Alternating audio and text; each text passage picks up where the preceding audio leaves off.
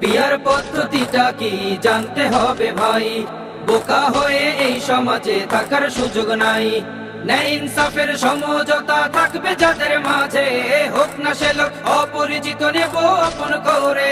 নেতার ছেলে ভালো নেতা নাই তো গ্যারান্টি, এবার নির্বাচনে চাই সকলে পিয়ার পদ্ধতি, এবার নির্বাচনে চাই সকলে পিয়ার পদ্ধতি, এবার নির্বাচনে চাই সকলে পিয়ার পদ্ধতি।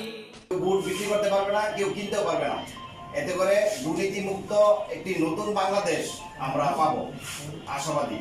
তো সেই জন্য আমরা এই পিয়ার পদ্ধতির বিরোধিতা না করে আমরা সবাই আসুন, আমাদের জাতীয় নাগরিক পার্টি উচ্চকক্ষে পিয়ার পদ্ধতি চাচ্ছে। তো আমরা সবাই আসুন, আমরা একমত হয়ে আমরা পিয়ার পদ্ধতির দিকে যাই এবং সংবিধান সংশোধন চাই, আমরা নতুন সংবিধান চাই এবং গণপরিষদ নির্বাচন চাই। দেশের পদ্ধতিটা একই তো, তাই আমরা গণতন্ত্রের দ্বারাই যেতে হলো।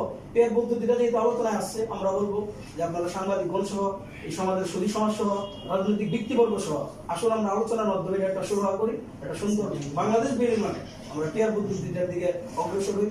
জুলুম শেষ করার জন্য একটি পদ্ধতি পিয়ার। কারণ যদি পিয়ার শুধু একটু আগাইলেই দেখবেন এই চা খাওয়া বন্ধ হয়ে যাবে, সেন্টারে দৌড়দৌড়ি করা বন্ধ হয়ে যাবে, হোন্ডা নিয়ে শোডাউন করা বন্ধ হয়ে যাবে। কারণ হলো বর্তমানে রাজনীতি একটা বড় ব্যবসায়িক প্রতিষ্ঠানে পরিণত হয়েছে। প্রত্যেকটা ভোটের একটা মূল্যায়ন করে পিয়ার পদ্ধতির মাধ্যমে। বর্তমান যে পদ্ধতিতে নির্বাচন হচ্ছে, ফার্স্ট দা পোস্ট, ওই পারের যে যাইতে পারবে লাভ দিয়েছে না সেই নির্বাচিত হয়ে যাবে। অন্যান্য ভোটের কোনো মূল্যায়ন সেখানে থাকছে না। এই প্রতিটা ভোটের যাতে মূল্যায়ন হয় সেই পদ্ধতিটার নাম হলো পিয়ার পদ্ধতি। এই পদ্ধতি যদি চালু হয় তাহলে সমাজের সব শ্রেণী পেশার মানুষের মূল্যায়ন হবে।